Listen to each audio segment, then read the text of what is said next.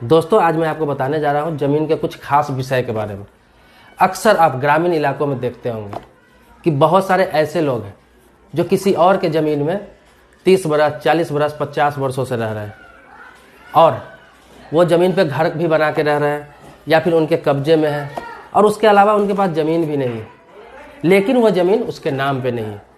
गांव में जानते हैं आप कि ज़मींदारी प्रथा चलता था। पहले ज़मींदारी प्रथा चलता था, मतलब मालिक होते थे, मालिक कहलाए जाते थे। उनके पास 100 बीघा 150 बीघा 50 बीघा ऐसे ज़मीन होता था और लोग अपने ख़ास लोगों को, जो ज़मींदार होते थे, वो अपने ख़ास लोगों को ज़मीन दे के बसा देते थे। जैसे पंडित को, हजाम को जो उनका बाल काटता था, या फिर माली जो होता था जो उनके यहाँ काम करता था उसको, उनके यहाँ जो खेती बाड़ी करता था मजदूर होता था उनको कुछ कुछ ज़मीन देकर 1 कट्ठा 2 कट्ठा ज़मीन देकर बसा देते थे। लेकिन वो ज़मीन उसके नाम से नहीं होता था, वो झोपड़ी बना के रहते थे या फिर घर बना के रहते थे और मालिक का काम किया करते थे। दोस्तों आपसे रिक्वेस्ट है कि इस वीडियो को लाइक करें और पूरा वीडियो देखें। आप इस वीडियो को लाइक जरूर कर दें, पूरा वीडियो देखें और आपके मन में जो भी सवाल है, प्रश्न है, कुछ भी है तो वो कमेंट बॉक्स में जरूर लिखें। आप कमेंट बॉक्स में लिखेंगे, मैं जवाब देने का प्रयास करूंगा। या फिर आप चाहते हैं कि मैं उस सब्जेक्ट पर वीडियो बनाऊं तो मैं वीडियो भी इसी तरह बना के डालूंगा। आप पूरा वीडियो देखें। ये जो जानकारी दे रहा हूँ ये बहुत ही काम की जानकारी है आपकी। तो ये मालिकाना प्रथा चल रहा था, जमींदारी प्रथा चल रहा था, बहुत सारे गाँव में आज भी चल रहा है। तो ऐसे गाँव में आप देखेंगे तो बहुत सारा गाँव ऐसा है कि गाँव का गाँव बसा हुआ है मगर वो ज़मीन उसके नाम पर नहीं है। जो बसा हुआ है वो किसी और के नाम पे है, मालिक के नाम पे है, किसी ज़मींदार के नाम पे है। उस ज़मींदार को भी मतलब नहीं है उस ज़मीन से। लेकिन हुआ क्या कि ज़मीन अब महंगा होने लगा, ज़मीन काफ़ी महंगा होने लगा है। अब गांव का भी ज़मीन काफ़ी लाखों में जा रहा है। तो इससे हुआ क्या है कि जो ज़मींदार थे उनके जो बच्चे हैं अब उन ज़मीन को खोजना स्टार्ट कर दिए। उनके पास पेपर है लेकिन उन्हें पता नहीं है कहाँ ज़मीन है। तो खाता नंबर, खसरा नंबर यह सब देखकर, इलाका देखकर वहाँ पे खोज के उस ज़मीन को निकाल रहे हैं। तो उन ज़मीन को निकाल रहे हैं तो उसे पता चल रहा है अरे यहाँ पर तो घर बना हुआ है, ये किसी और के कब्जा में है, ये ज़मीन पर कोई और खेती कर रहा है, या फिर कहीं कहीं तो पूरा मोहल्ला बसा हुआ है। तो अब करेंगे क्या? तो वो उसको हटाने का कोशिश करते हैं, जाकर धमकाते हैं या फिर कहते हैं कि मुझे पैसा चाहिए तब तुम्हारे नाम पर करूँगा, तुम्हें लिखूंगा, मेरे दादा के नाम से ज़मीन है, मेरे पापा के नाम से ज़मीन था। और उस ज़मीन पर जो बेचारे बसे हुए, जो बसा हुआ है 30 साल से, 40 साल से, 50 साल से बसा हुआ है, तो वो डर जाते हैं। पढ़े लिखे आज भी नहीं है। अगर उनके पढ़े लिखे है भी बच्चे तो बाहर रह के काम कर रहे हैं, उन्हें ज़्यादा इस चीज़ों से मतलब नहीं है, तो वो डर जाते हैं, सोचते हैं क्या करूँ। तो इसी के बारे में सारी जानकारी देने जा रहा हूँ कि आप 30 साल 40 साल 50 साल से किसी मालिक के ज़मीन पे रह रहे हैं, किसी के ज़मींदार के ज़मीन पे रह रहे हैं, या फिर कोई ऐसा ज़मीन पे रह रहा है जिसका कोई मालिक तो है लेकिन वो मालिक आज तक आया नहीं, 30-40 वर्ष हो गया तब जाकर अब आया है या फिर नहीं आया है। तो उस ज़मीन को किस तरह से आप अपने नाम करा सकते हैं। जिस ज़मीन पर ज़मीन मालिक का बेटा पोता आकर अगर आपको धमकाता है, हटाने का प्रयास करता है या हटाने के लिए कहता है, आप घर मत हटाएं और आप कानूनी प्रक्रिया से उस ज़मीन को अपने नाम आसानी से करा सकते हैं, क्योंकि 30 40 50 वर्षों से आप उस ज़मीन पर घर बना के रह रहे हैं। लेकिन जिस ज़मीन पर कोई आया ही नहीं आज तक पूछने के लिए कि मेरी ज़मीन है या फिर यह ज़मीन किसकी है, और आप वहाँ पे 30 40 50 वर्षों से रह रहे हैं लेकिन वह आपके नाम से ज़मीन है नहीं, आपको पता है कि मेरे नाम से नहीं है, आपके पास कोई कागजात नहीं है, उस ज़मीन को भी कैसे आप अपने नाम कराएंगे, ये दोनों के बारे में मैं पूरी जानकारी विस्तार से दूंगा। आप इसी तरह पूरा वीडियो देखते रहें, मैं कुछ समय में ही अब सारी जानकारी आपको दे दूंगा। दोस्तों इससे पहले भी मैंने बताया है कि आप जिस ज़मीन पर रह रहे हैं, यहाँ तक कि मैंने ये भी बताया कि आप सरकारी ज़मीन पर भी रह रहे हैं काफ़ी वर्षों से, 30 40 वर्षों से, और किसी की प्राइवेट ज़मीन पर भी आप रह रहे हैं 15 20 30 वर्षों से, और आपके पास कोई कागजात नहीं है, तो किस तरह उस ज़मीन का पट्टा ले सकते हैं, किस तरह बंदोबस्ती करा सकते हैं, किस तरह अपने नाम से वासगीत पर्चा ले सकते हैं, इस सारा तरीका मैं आपको बता चुका हूँ। इस वीडियो का मैं डिस्क्रिप्शन में लिंक भी दे दूंगा। लेकिन आज जो मैं बताने जा रहा हूँ, ये बताने जा रहा हूँ जो मैंने बताया कि जिस ज़मीन में आप 25 30 वर्ष 40 वर्ष से रह रहे हैं लेकिन वो किसी का ज़मीन है, किसी का वो ज़मीन है, अगला आके परेशान भी करता है, या फिर किसी का है लेकिन वो अभी तक आया नहीं है, तो उस ज़मीन को कैसे आप कराएंगे ये प्रोसेस मैं बता रहा हूँ।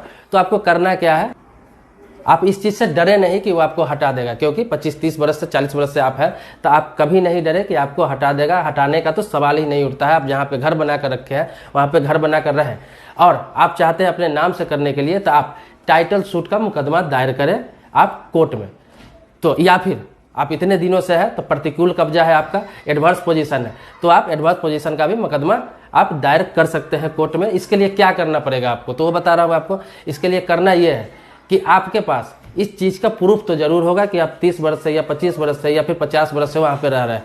प्रूफ में क्या करना है आपको, आपका वोटर लिस्ट में नाम जरूर होगा। वोटर लिस्ट में आपका नाम होगा, आपके पिताजी का भी रहा होगा, तो वो वोटर लिस्ट से साबित हो जाएगा कि आप उस गांव में, उस मोहल्ला में आप वहाँ पे रह रहे हैं इतने वर्षों से। दूसरा, आपके पास आधार कार्ड तो अभी बना ही होगा। तीसरा, बिजली बिल भी आपके पास जरूर होगा। और आप इतने दिनों से रह रहे हैं तो राशन कार्ड तो होगा ही आपके पास। तो ये सब सबूत जो है ये आपको साबित करेगा कि आप उस जमीन पर इतने वर्षों से हैं।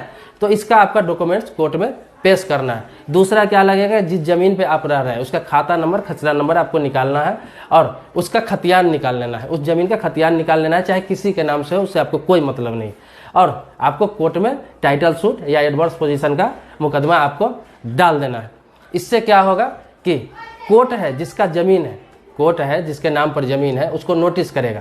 वो व्यक्ति तो मर चुका होगा, तो उसका पोता होगा, बेटा होगा, उसको नोटिस करेगा। अगर वो हाजिर होता है वहाँ पे, अपनी सफाई रखता है, अपनी बात रखता है तो ठीक है। अगर नहीं आता है तो बहुत ही कम समय में आपके नाम से जजमेंट दे दिया जाएगा और आप उस जजमेंट के आधार पे अपने नाम से जाकर अंचल कार्यालय में, जहाँ तहसील बोलते हैं, अंचल कार्यालय में, या फिर आप अपने तहसील में या हल्का कर्मचारी के पास या पटवारी के पास, वहाँ से आप जाकर मोटेशन आसानी से करा सकते हैं।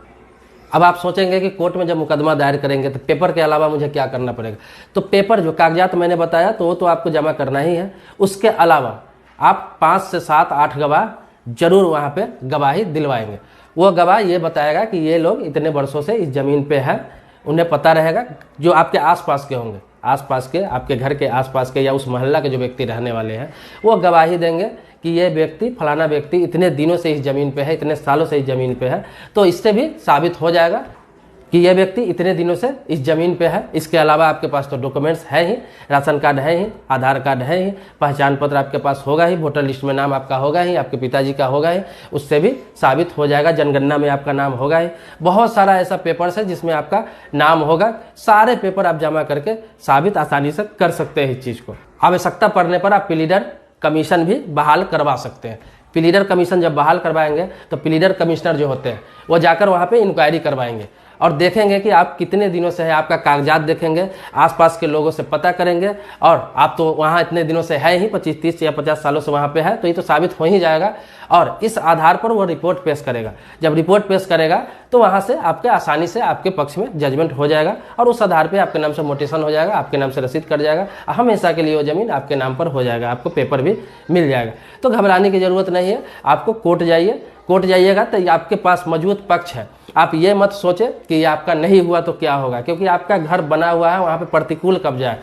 प्रतिकूल कब्जा में भी, एडवर्स पोजीशन में भी कहा गया है कि 12 साल से ऊपर जो व्यक्ति किसी के जमीन पे रह रहा है बिना रोक टोक के, तो ऐसे भी वो मालिकाना हक उसको मिल जाता है। वो कोर्ट से हो या फिर किसी तरीके से हो, जमीन तो उसकी हो ही जाती है। अगर आप बिहार, उत्तर प्रदेश, उत्तराखंड, झारखंड जैसे राज्यों में रहने वाले हैं तो ऐसे भी आप 25 30 सालों से वहाँ पे है, तो जब जमीन का सर्वे होगा, जब जमीन का सर्वे होता है, जैसे 1950 से 1980 के बीच सर्वे हुआ था जमीन का, और सर्वे होता है तो जो जहाँ पे कब्जा होता है 25 30 सालों से जिन व्यक्ति का, तो उनके नाम से ऐसे भी सर्वे हो जाता है और सर्वे के आधार पर जमाबंदी हो जाता है और जमाबंदी होकर उसके नाम से रसीद, लगान रसीद कटने लगता है। तो अभी हाल ही में आप देखते होंगे कि बिहार में जमीन का सर्वे स्टार्ट हो चुका है। तो इस तरह का मामला है तो उसे कोर्ट जाने की जरूरत भी नहीं है, वो तो उसके नाम से सर्वे हो ही जाएगा, किसी भी प्रकार से उसके नाम से सर्वे हो जाएगा, क्योंकि कब्जा है 25 30 सालों से और उसको जमाबंदी होकर रसीद भी कट के मिल जाएगा। लेकिन बाकी राज्यों में आप रहते हैं, जो मैंने आपको बताया, तो कोर्ट जाना चाहते हैं तो आप कोर्ट जाकर भी बहुत आसानी से इस जमीन को प्राप्त कर सकते हैं, जिस जमीन पर आपका 25 30 50 सालों से घर है। लेकिन कोर्ट अगर नहीं जाना चाहते हैं, आपके यहाँ हाल ही में अगर सर्वे होने वाला है, जमीन का सर्वे स्टार्ट होने वाला है, चकबंदी स्टार्ट होने वाला है, तो आपको कोर्ट जाने की आवश्यकता नहीं है। आपको सिर्फ खतियान निकाल के रख लेना है और आपको ये प्रूफ कर देना है, जो पदाधिकारी सर्वे करने आएंगे वहाँ पे ये साबित आपको कर देना है कि मैं यहाँ पे 25 30 या 50 सालों से हूँ। मतलब कि अपना डॉक्यूमेंट्स दिखा देना है, अपने पिता का डॉक्यूमेंट्स दिखा देना है, उनका राशन कार्ड दिखा देना है, आपका अपना राशन कार्ड दिखा देना है, बिजली का बिल दिखा देना है या फिर वोटर आई कार्ड दिखा देना है। इस तरह का जो भी कागजात आपके पास होगा वो दिखा के आप साबित कर सकते हैं और वहाँ पे आप अपने नाम से सर्वे करवा सकते हैं। तो फिर आपके नाम से जब सर्वे हो जाएगा तो ज़मीन ऐसे ही आपकी हो जाएगी, आपके नाम से जमाबंदी भी हो जाएगी, आपके नाम से रसीद भी कटने लगेगा। तो जहाँ सर्वे होने वाला है वहाँ के लिए तो दिक्कत नहीं है, लेकिन जहाँ सर्वे नहीं होने वाला है जिस स्टेट में, तो वहाँ के लिए मैंने जो प्रोसेस बताया था आप कोर्ट के माध्यम से आसानी से ले सकते हैं। जब आप कोर्ट में जाएंगे तो एडवर्स पोजीशन का केस हो या फिर टाइटल सूट का केस हो, किसी भी प्रकार का केस हो, सब पूरे देश के लिए एक ही कानून चलता है, सभी के लिए एक ही कानून। अगर आप चाहते हैं कि इन ज़मीन का पट्टा करा ले, अपने नाम से बंदोबस्ती करा ले या फिर अपने नाम से वासगीत पर्चा ले ले, तो इसका पूरा प्रोसेस मैं बताया हुआ हूँ पहले से। आप सरकारी ज़मीन का भी अपने नाम से बंदोबस्ती करा सकते हैं, पट्टा करा सकते हैं, वासगीत पर्चा ले सकते हैं। अगर आप 30-35 सालों से वहाँ पे घर बना के रह रहे हैं और उसके अलावा आपके पास कहीं घर नहीं है तो इसका तो मैंने पहले से बताया हुआ है, तो डिस्क्रिप्शन में आपको लिंक मिल जाएगा, वहाँ से आप पूरा वीडियो देख सकते हैं। सारा जानकारी वहाँ पे दिया हुआ है और बाकी के लिए तो मैंने आपको बता ही दिया।